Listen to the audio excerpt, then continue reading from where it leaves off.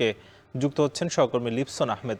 লিপসন, জানাবেন যে কিভাবে এই দুর্ঘটনা ঘটলো এবং এই ঘটনায় আর কেউ নিখোঁজ আছে কিনা জানাবেন, এবং যাদের মরদেহ উদ্ধার করা হয়েছে তাদের পরিচয় জানা গেছে কিনা।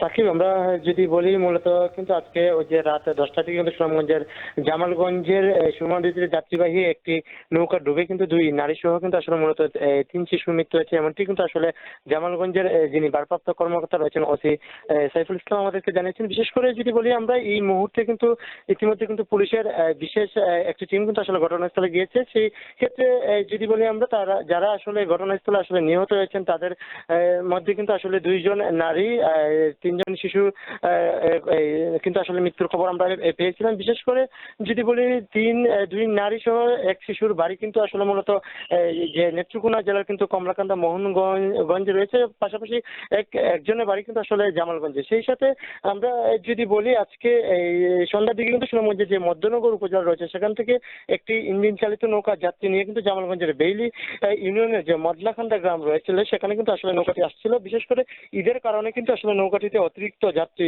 ছিল, যার ফলে কিন্তু আসলে নৌকাটি যখনই মদনাখান্দা গ্রামের পাশে এসে তীরে আসলে বেড়ানোর চেষ্টা করে ঠিক তখনই কিন্তু আসলে মূলত নৌকাটি ডুবে যায়। যার ফলে কিন্তু আসলে মূলত যেহেতু তীরের পাশে এসে নৌকাটি ডুবে যায় সেই ক্ষেত্রে কিন্তু আসলে যারা সাঁতার কেটে কিন্তু আসলে অনেকে তীরে উঠতে পারলেও কিন্তু আসলে মূলত দুই নারী সহ কিন্তু আসলে তিনজনের আসলে মৃত্যুর খবরটি আসলে মৃত্যু হয়।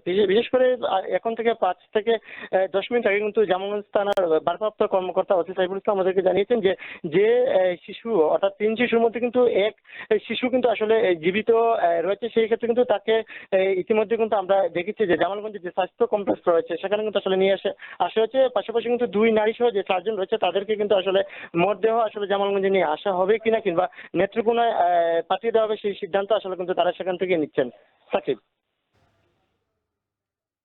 সুনামগঞ্জের জামালগঞ্জে নৌকা ডুবে 5 জনের মৃত্যুর ঘটনা ঘটেছে, সে খবর জানাচ্ছিলেন লিপসন আহমেদ। সারা দেশের পাশাপাশি রাজধানী